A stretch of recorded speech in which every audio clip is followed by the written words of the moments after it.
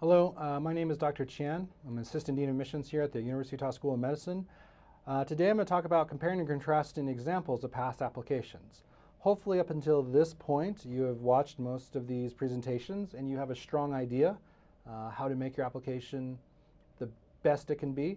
But let me give you some different examples from years past to kind of fill in the gaps that may exist. Number one, let's focus on patient exposure. Patient exposure A. Let's just call A Jack and B Jill. All right. So Jack worked at the University of Utah Hospital as a phlebotomist. Jack found that, often a patient was nervous when they need to have their lab work completed, so he tried to make the patients as comfortable as possible.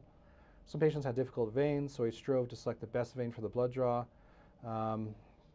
His goal was to make the procedure painless as possible. Jill had the exact same job working as a phlebotomist, but she described it, I worked at the University of Utah Hospital as a phlebotomist since 2015. So look at those two. The same exact experience for Jack and Jill, both being phlebotomists, two completely different ways of describing it. Which one do you think, as a potential admissions committee member, did they like? A, obviously. It is up to you when you create your application to describe your experiences. Physician shadowing. All right, Jack, he shadowed a bunch of different doctors. Looks like he got on the set of Scrubs. Lucky for him. So JD, Elliot, Dr. Turk, Bob Kelso, Perry Cox. Jill only had time to go by poor Dr. House, and I hope he treated her nicely. And he was an anesthesiologist for 9 hours. How does an admission committee view this? What is the difference between Jack and Jill? Jack had a healthy mix of primary care and specialists.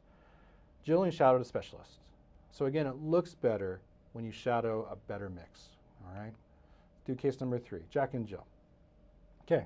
So Jack described his community service like this, 60 hours, 110 hours, 4th Street Clinic, CNA.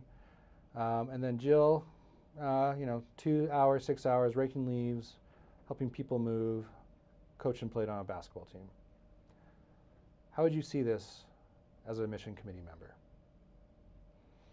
All right, so obviously Jack is much more engaged, his hours are much higher, his descriptions are much better.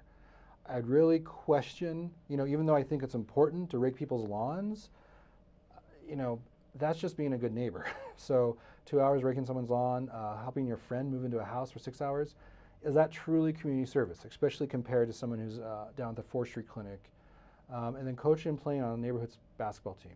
And the descriptions are much shorter as well. So again, A looks much stronger.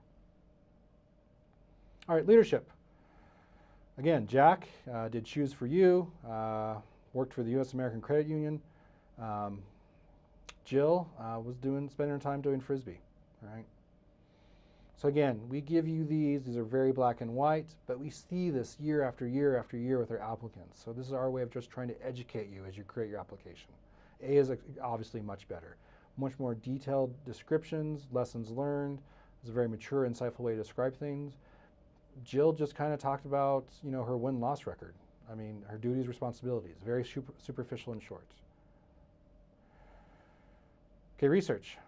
Again, A, Jack, much more thoughtful, insightful way to describe it. B, focusing more on jobs and responsibilities. Okay, I hope you like these black and white examples of application examples we've taken from years past. I hope it helps you create a really powerful application for us and all the other medical schools you apply to. I look forward to seeing yours. Thank you.